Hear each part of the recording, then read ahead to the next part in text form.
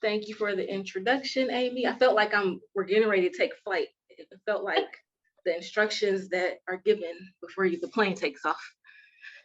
Um, so again, I'm Janelle Washington, Director for CTE at ICCB. Thank you all for joining us this morning. You can go ahead and go to the next slide.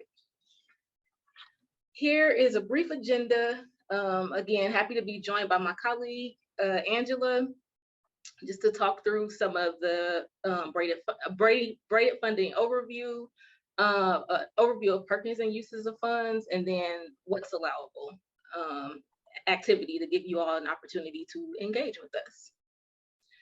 So first, before we get started, we wanted to provide a brief common definition of braided funding, and that's financial assistance from several sources.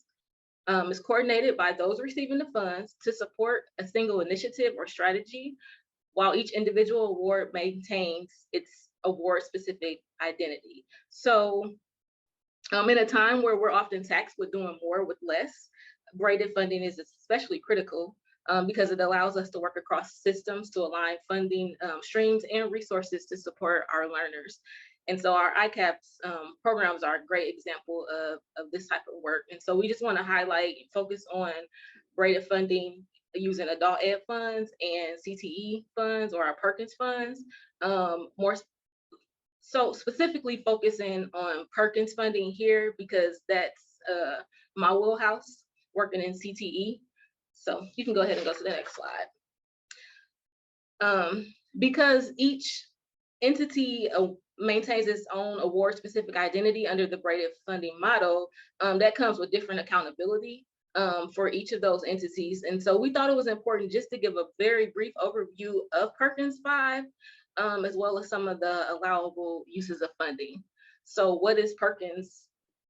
What is Perkins? So the long title is the Strengthening Career and Technical Education for the 21st Century Act. We call it Perkins V for short. So you will see Perkins V or Perkins, and this is what we're referring to. It's a federal education program that invests in secondary, post-secondary, and adult career and technical education programs in the United States. It's legislation that guides CTE, but it also provides funding for CTE programs or programming.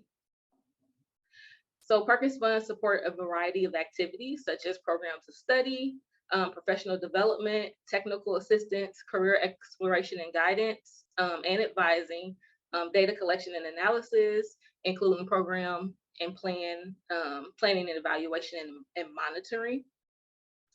So ICAPS fits really nicely into Perkins because it's a transition point into the career pathway, which is expanding access to CTE for our adult learners. One key point to remember when using funds, Perkins funds specifically, to support ICAPS is that the costs must be allocable to the Federal Perkins Award, and it has to be consistent with the provisions of the grant program.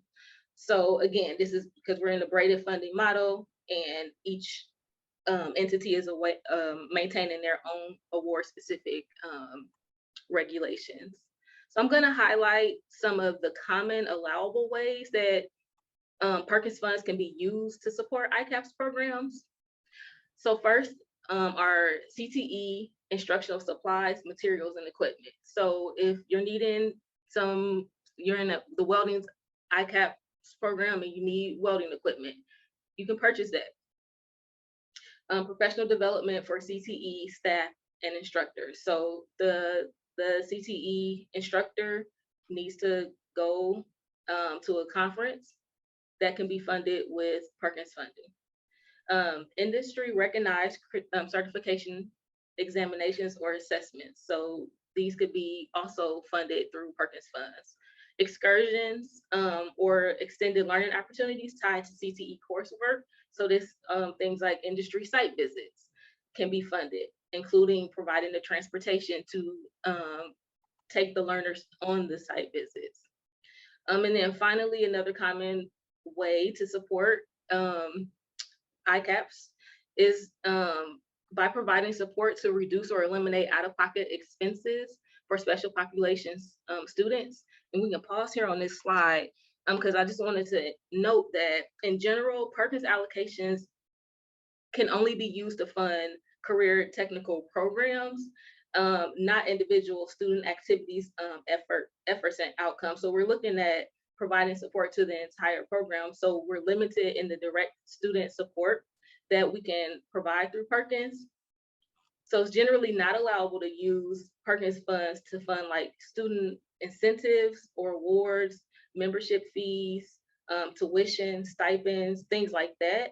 But Perkins does allow for some limited direct student support by way of those industry recognized certifications or assessments, as well as some very specific support to our special population students like transportation assistance, gas cards, bus tokens, childcare assistance, textbook loans, tools and learning supply loans, uniform loans. So you'll commonly see in CTE and Perkins where certain classes or programs of study will have a lending library. So we have these specific textbooks that are available, and if the student needs to borrow them, they may. Also, you'll see for some maybe even laptops or things like that. So, but it's important to note that it's for the whole program. So this is why they have to be loans, and where the students return them after their use. So Janelle, I lied, I can see chat. So one of the questions that came into the chat was that this is true only if it's an approved program of study? So when we're looking at our programs of study, and from the CTE side, I believe so. There is room. Obviously, you will have to work with your CTE partners to determine which of their programs of study have been approved. So yes, this would be something that within. So we have a program of study approval process that's required through Perkins, and you would have to work together to ensure that your programs are approved. But as far as professional development and for your instructors or the supports for students, those can always be provided whether or not the CTE program of study is approved. And I think there's another question about the adult professional development for the adult. So because it has to be allowable to the federal award, we can't use our Perkins funding to fund the adult ed instructors' professional development. But you can use adult ed funds for professional development for your adult ed instructors and staff. So yes, so things like these, the software and the workbooks and things like that, yes, those will fall under instructional supplies and materials. So those will be allowable.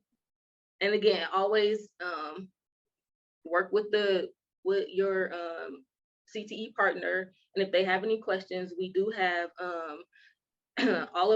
they can reach out to us here at ICCB. Each college that receives the Perkins grant has an assigned CTE or Perkins liaison that they work with directly. So if they have any questions, or if you have any questions, we can always reach out and we can provide that additional support. Yep, and we're going to get into some of the adult ed specific type of funds questions in just a little bit. So I know I know you fall on both sides of the category just from Whitney's poll earlier. So we're going to get there. Michelle, you're ahead of us as usual. Also thought it was important because when we talk about special populations, and we on the next slide, we do highlight the special populations or list out what the special populations are. So our special populations are defined in Perkins V, and these are CTE students that are eligible for additional supports and services to help ensure program accessibility and to assist them in overcoming barriers that might limit their opportunities for success. And so if your students are falling in these categories, and they will be eligible for those additional kind of direct student support that are not generally allowable. And so I have checked, and on the adult ed side, these special populations are very, very similar. They may be worded slightly differently, but you're looking at about the same types of special populations. So these are things that should not be foreign to the adult ed side. These are your special populations too. All right. Go ahead. All right.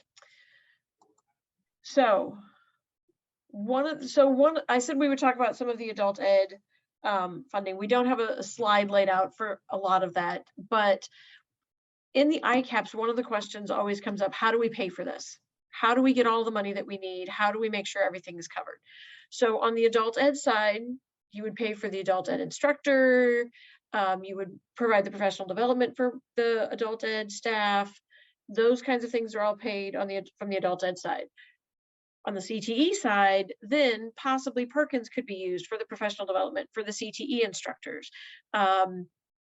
Payment to personnel payment to the CTE instructors is worked out within your institution, whether that's through Perkins or something. I mean, we're not telling you how to pay your people. That's a decision each institution has to make. So there's some obvious lines, but then when you get into the smaller things like transportation costs and how do you pay for, like she was talking about, maybe textbooks, what's allowable and what's not allowable. So what we're going to do is we've got a couple of different scenarios, and we're going to use a Jamboard similar to what Tara and Sarah did earlier. And the Jamboard link, it's in the chat. I just put it in there. Oh, look at you go, Janelle. So you can click on the Jamboard link. You should be able to go over. I'm going to stop sharing so I can go over to the Jamboard as well. And in the Jamboard, so we have scenario number 1.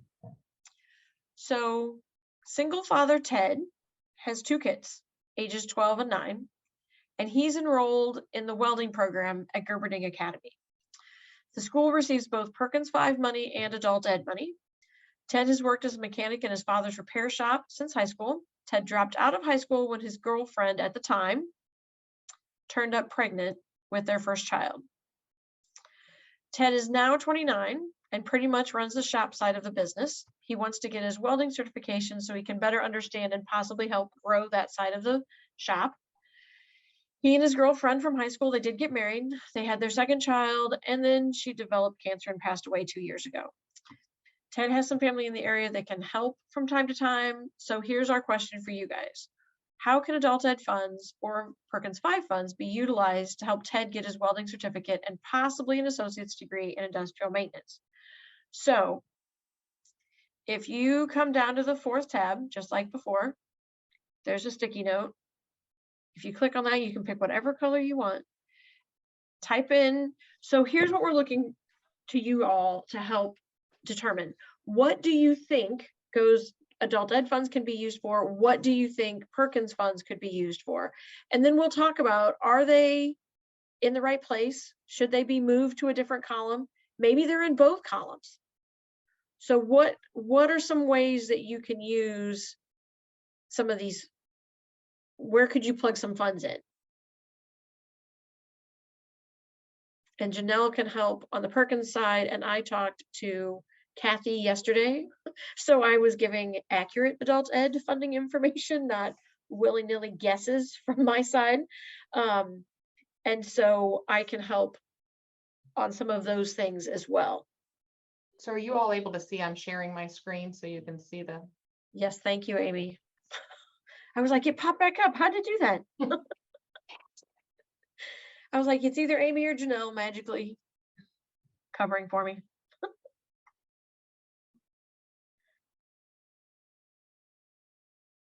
You all are doing wonderful. I also want to say I love everyone using the backdrop. So participants, you got that in your email. Thanks for using those. Great. It's really hard for me to not type in answers. Go ahead, participate. No, that's all right. I don't want to give away any obvious answers. Okay, so Janelle, we're going to start with, I'm going to let you start on this one with Perkins. And you guys can continue to add. Don't feel like you have to stop because we're talking through these. So is everything on the Perkins side? Do you believe that's correct? Yes, I do believe it's correct. And well, so I would put the GED test. That should go on the adult ed. However, I wanted to point out with the fees to participate in Skills USA or similar competitive work-based learning opportunities. That's a good point. So I know we talked about how you can't use Perkins funds for direct student support, but this Skills USA will fall under a career and technical student organization. And so help with participating in those, we call them CTSOs, that will be an allowable expense. So whoever put that on there, thanks. That's a great one. Janelle, with the CTSO, it does need to be nationally recognized, correct, for Perkins dollars? Yes, it does have to be a nationally recognized CTSO. And so that's where Skills USA would fit. Absolutely. I just want to make sure that everybody was clear on that, because that is an issue that we have sometimes with Perkins, is that people like to spend it on the local, Yes. ag club and not at the national recognized. Yeah, thank you for organization. pointing that out.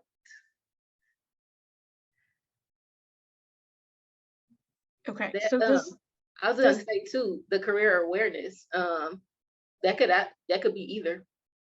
I see that on the adult ed side. So it's just important to note, like, we're working and collaborating together. And that's another important key of braided funding, is when you're working together to make sure we're not providing duplicate services. And that's what I love about ICAPS, truly pulling resources and putting things together so we're not doing duplicate.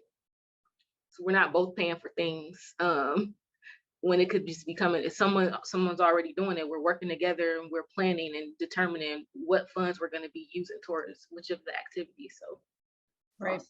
Does this blue educational and training software in the middle, does that fit into Perkins? Yes. Okay. All right. I like the middle of the line. I know. We may need a longer line when I go through my list, because what Dr. Kathy Olson Tracy informed me of yesterday, some of you may be a little bit surprised by some of this. For adult ed funds can be used to help cover childcare while the student is in class. So not while they're at work, not while they're traveling to and from class, but, and maybe, I mean, there may be a little bit of wiggle room for if the childcare is close to class, but it's while it's in class, adult ed funds can be used for childcare. Adult ed funds can be used for transportation. So like a gas card or a bus card, again, to or from class. So it's got to be tied to the class piece, not while they're getting to work, but it could be on the adult ed side. Is that on? Oh yeah, there's transportation costs over on Perkins. So that could also go both places. The adult ed support course, yes, that instructor, that's squarely on the adult ed funds side of it. So that's good. Now, the question often comes up, paying for tuition for the CTE course. You can use only state basic or state performance on the adult ed side to pay for tuition. You cannot use federal dollars to pay for tuition. Okay, so state basic or state performance. And the ICAPS has to be approved by ICCB.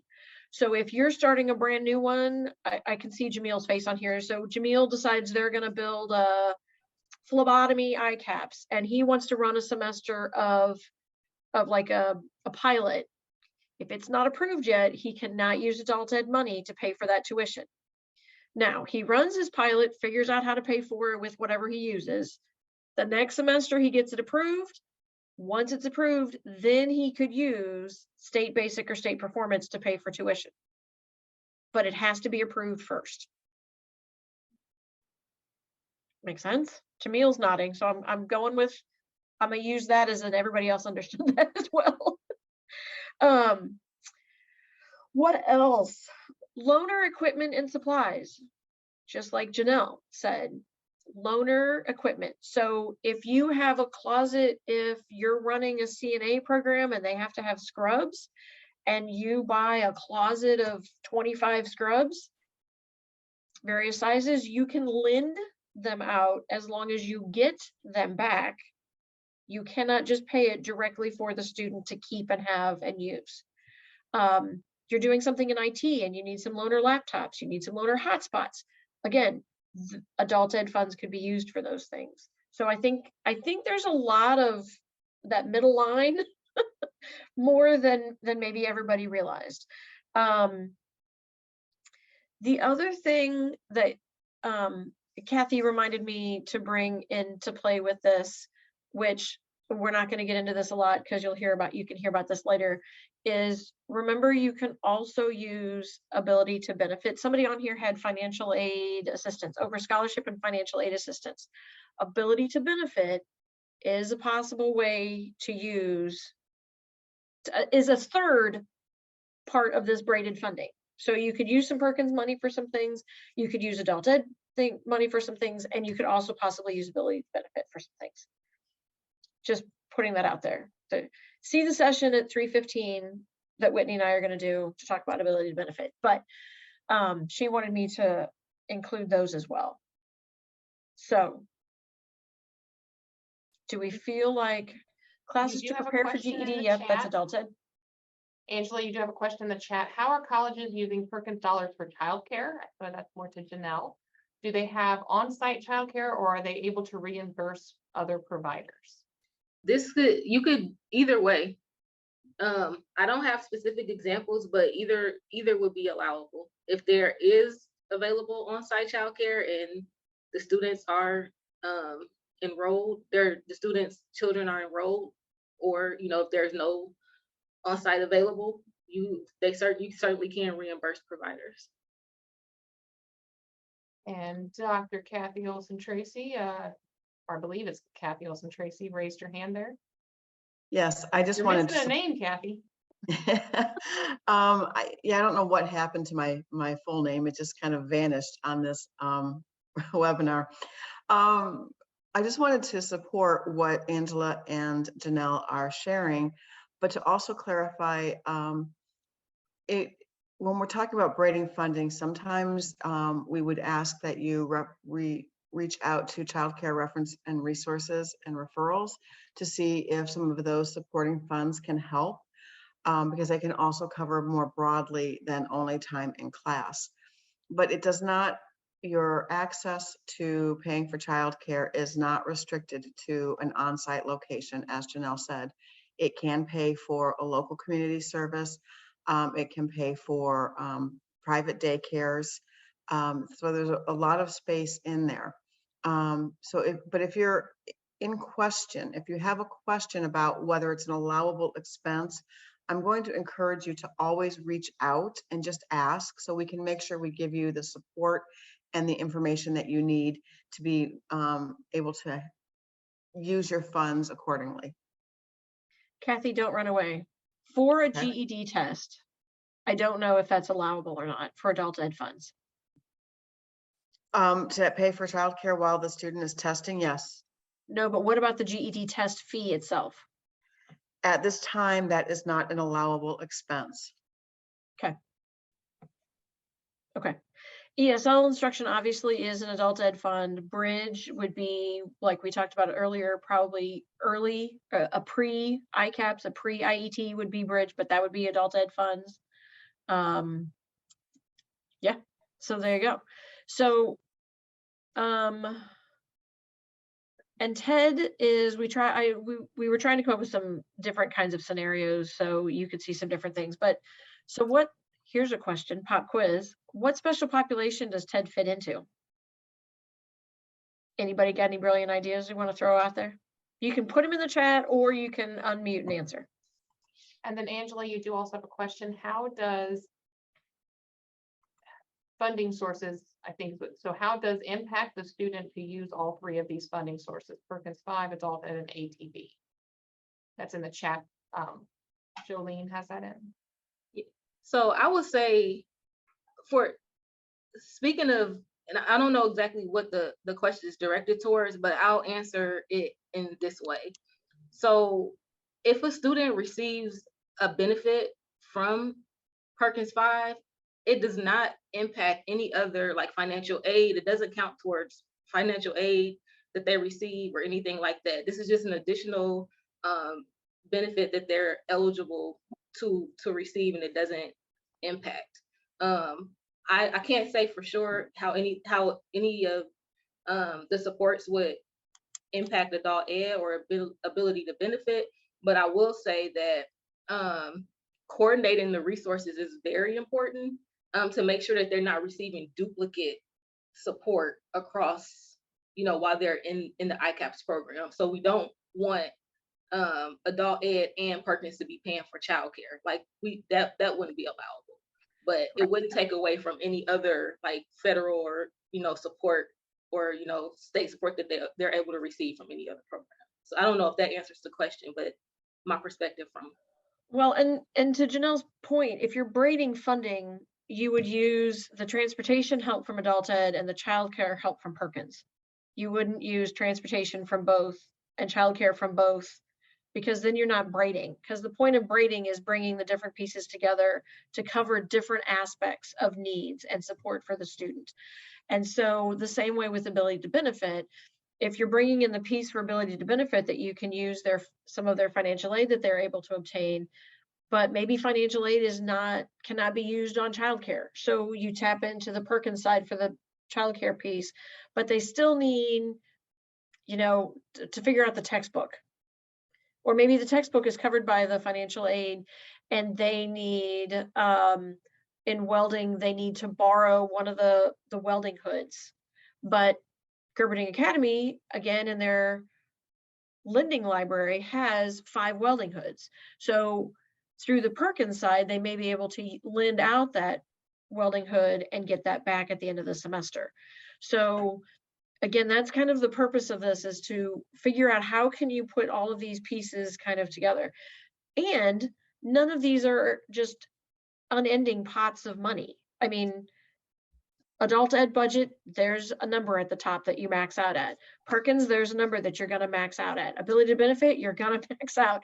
So it's not like we're just opening this new pool of money and go take as much as you want. Jamil, build your phlebotomy program and spend all the money that you want. That ain't going to happen. Somebody's going to go, okay, you're out of money, stop spending. And so how can you use these different ways to get that student further along and not run out of money?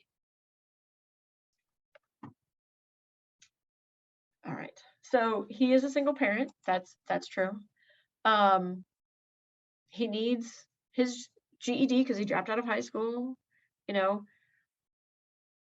So, okay.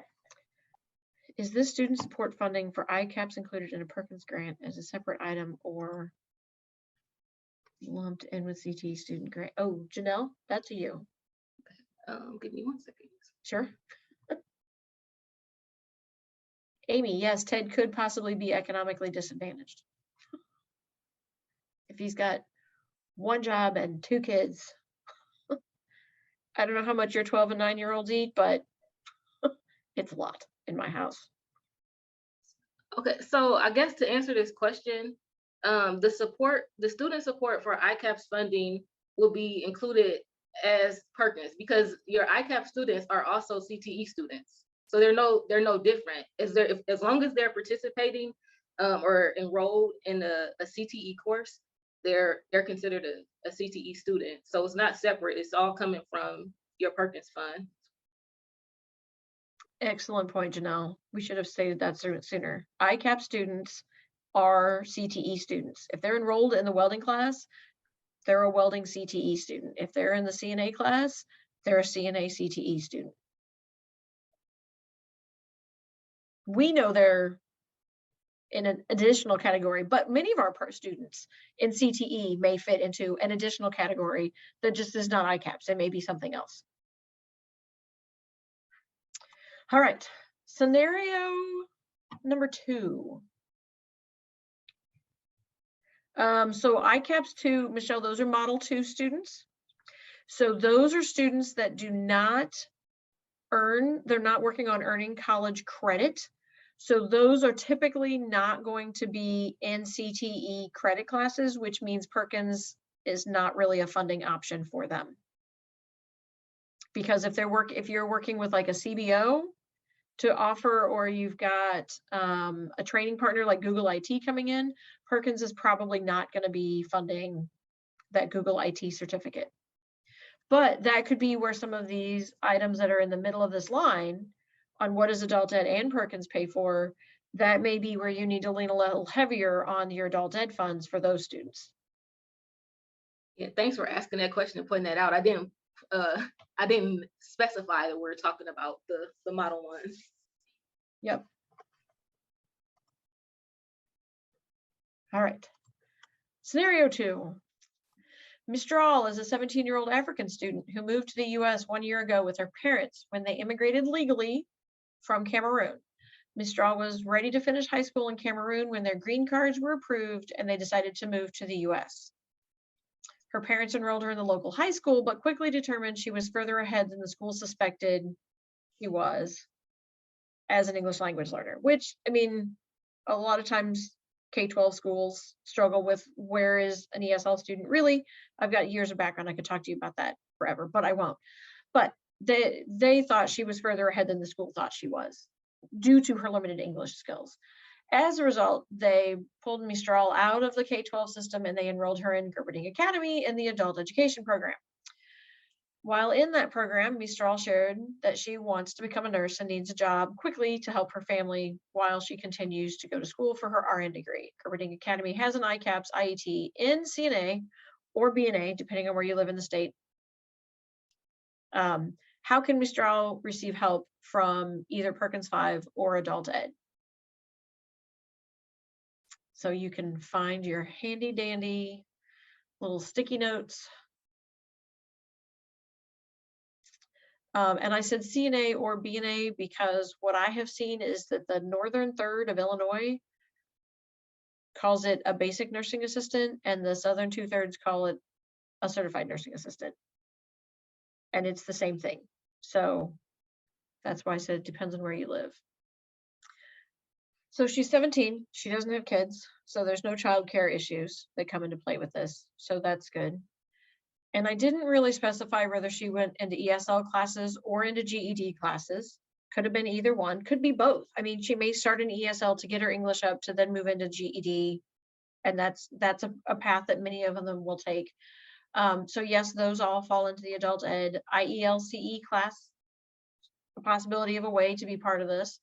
The support course again, healthcare bridge, if and by chance they have a healthcare bridge prior to their CNA, she could be part of that, and that's paid through adult ed. Two different people were thinking along the same lines, transportation help, transportation question. I'm going to put those right smack on that line because just like we talked about before, depending on, it could be adult ed or it could be CTE. Tuition, Janelle, remind me, can Perkins pay for tuition? No. No, Perkins cannot pay for Okay, tuition. so if you're using your state funds, not your federal funds, I'm gonna say that 15 more times if I can, just to make sure everybody's got it. Tuition could be adult ed if you're using state funds, state basic, state performance.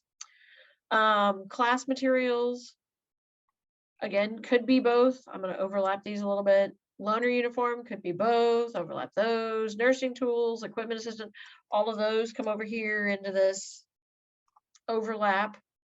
So again, depending on what the student's needing, how do you, because you may not want to pull all of this from adult ed, you may want to pull 2 of these from adult ed and 3 of these from Perkins. It depends on when you work with your Perkins coordinator. Is that the right term at most of the colleges, Janelle? Is Perkins coordinator? Or Perkins administrator, Perkins coordinator. Okay. Yep. Ooh, tutoring. Does tutoring or is this tutoring at like the tutoring center on campus, or is this tutoring like a specific one-on-one tutor? So whoever put tutoring on there, that's who, I'm aiming that question at you. Background check. Ooh, I didn't even think about that with CNAs. Is that something Perkins can pay for, Janelle? Yes, I have seen individuals use that to help to support for some of our nursing students. Okay. Kathy, is that an adult ed also? Where does that go? And I see someone has their hand raised, and I am not even going to attempt because I'm not sure where first or last name starts. Thanks, So, Angela. This is Nancy. Okay. I'm from Elgin. My question is, because this scenario is not very clear to me, is the student a CTE concentrator? I know it's in the ICAPS, but shouldn't under Perkins to be qualified for the funds, at least to be considered enrolled for a one class of CTE? If she's still in ESL language, would that qualify under Perkins? As long as she's enrolled in the CTE class as well, as long as she's in the ICAPS program, enrolled in the CTE course, she will qualify. Because according to this scenario, as I understood it, she's planning on going to the RNF. She's still in the ESL language and not enrolled. That's what my understanding. Would that apply for Perkins here, if that is the scenario? I think, Angela, you can correct me. I believe that, I think with this, we were just pointing out that she is an English language learner, so that English isn't her first language, her native language. So I think that's not that she's in, you can Okay. explain. So in my head, this meant she was enrolled in CNA, but I totally know where you read this and it doesn't say she's enrolled. So you can't use Perkins unless she's enrolled. So I apologize for my brain not making all the way onto the paper.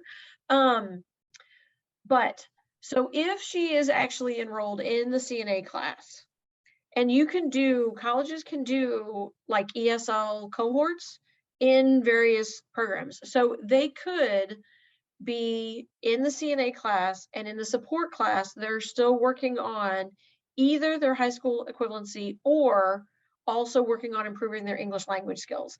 Because I know there's lots of ESL students that have come from other countries that have a healthcare background. I mean, they may be full doctors in their home country, but those degrees do not transfer here. So when they're trying to get back into the medical field, they may have to start at the beginning.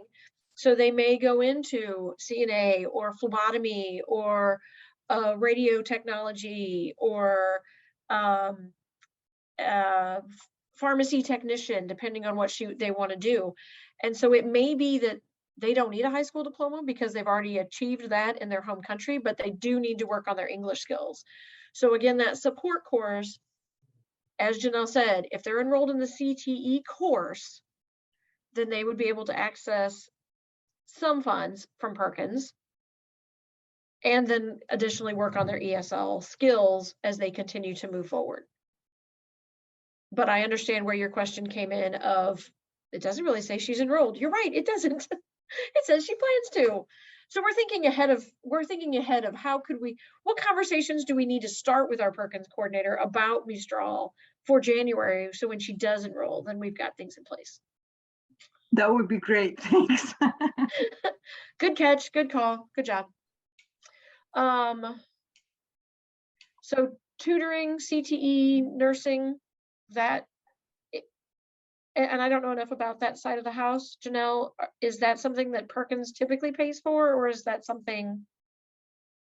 Yeah, so that's something that is likely already available within the nursing or CNA programs of study.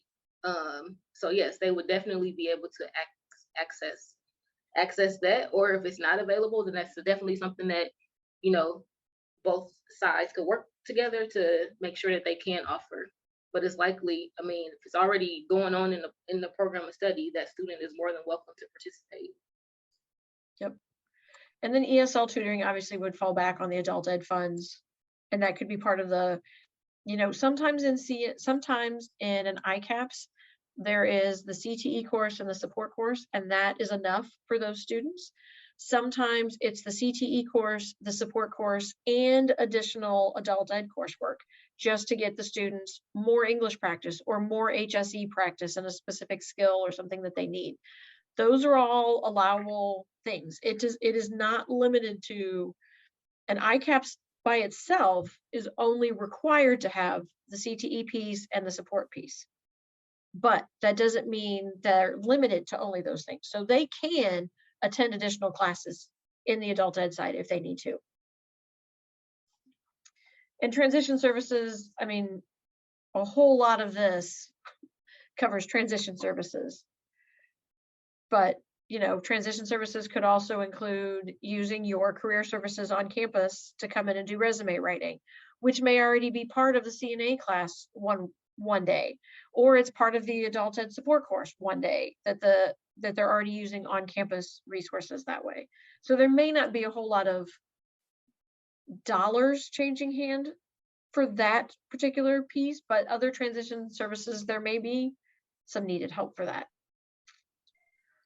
Okay, in the chat, there's a whole lot of for the exam credit because it's a state exam. And Michelle, help me understand your question. It says Perkins can't pay for the exam, correct? Because it's a state exam. Which exam are you talking about? So for her, when she gets enrolled, and as she's progressing through her CTE nurse assistant classes, in order to become employed, she would need to pass the CNA exam, which is a state exam. And it's through I think the Illinois Department of maybe Public Health, I'm not sure, Yep. but it's state. And so that would not be something that Perkins can pay for because it's not a federal exam. That was my question, if I'm correct, because I thought it had to be a federal exam for Perkins to pay for it. No, yeah, you can pay for that. It would have to be a federally, a nationally recognized career and technical student organization, but the exam can be paid for. Oh, okay. Certifications or exams can be paid for. That gets you the credential. Okay, so then you could use Perkins for the cost of the exam. Could you use adult ed? Probably not, but I would get a definite confirmation from your program support person via Kathy. Because I don't want to say yes or no and be wrong. Because Kathy and I did not. Well, Can you repeat the question? Currently, you cannot use adult ed fund. Okay, here's the question, Kathy. Could adult ed funds be used to pay for the CNA exam, like the state certification exam?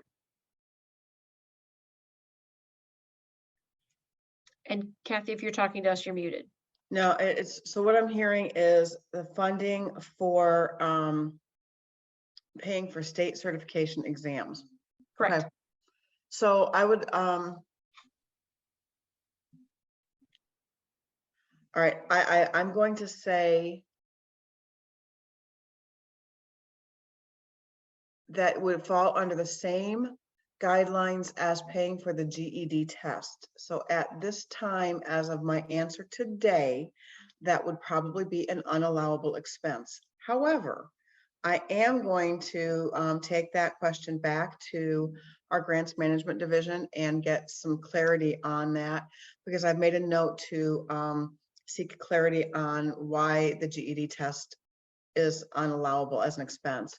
And I will release that information to Sarah and the PD team that's putting together this Transitions Academy. I'll share what I discover in detail with Angela and with Janelle so we can disseminate that information.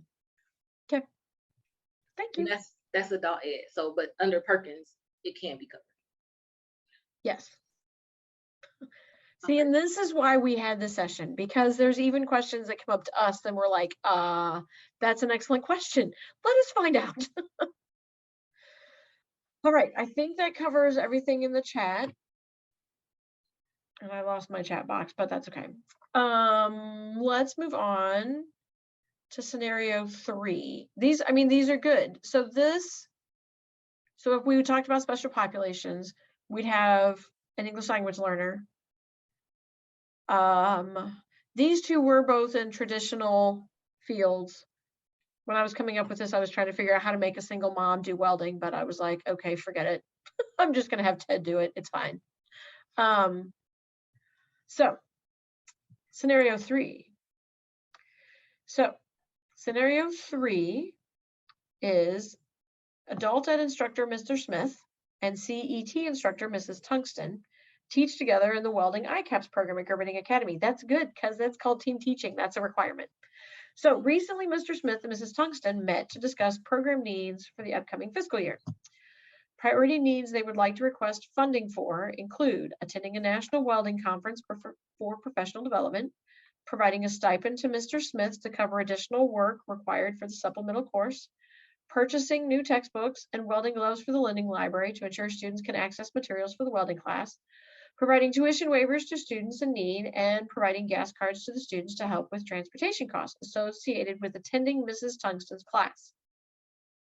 How can the team teachers use funds to meet their priority needs?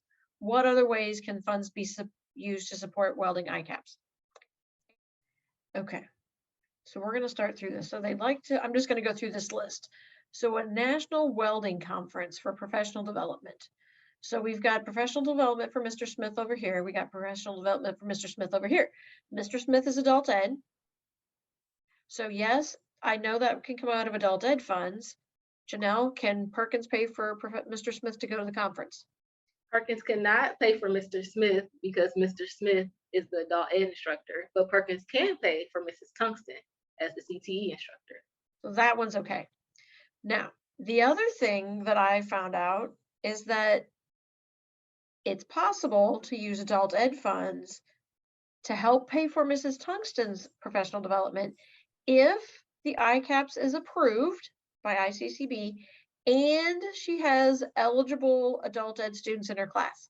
So again, they're doing a welding ICAPS, so she's got eligible adult ed students because they're the ICAPS students.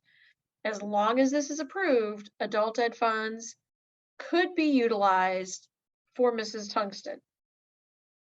Possibly. But again, braided funding, I would probably do Mrs. Tungsten out of Perkins and Mr. Smith out of adult ed and not crosshairs too much. So again, this national conference is correctly placed. It kind of covers both sides depending on what you're looking for. Providing a stipend to Mr. Smith to cover additional coursework, additional work for the supplemental course. So we have that over here in Perkins funds. Janelle, does that need to go to the other side? Needs to go to the other side because Mr. Smith is, no, hold on. Yes, because Mr. Smith is the adult ed instructor. Right, and it's work for the supplemental course.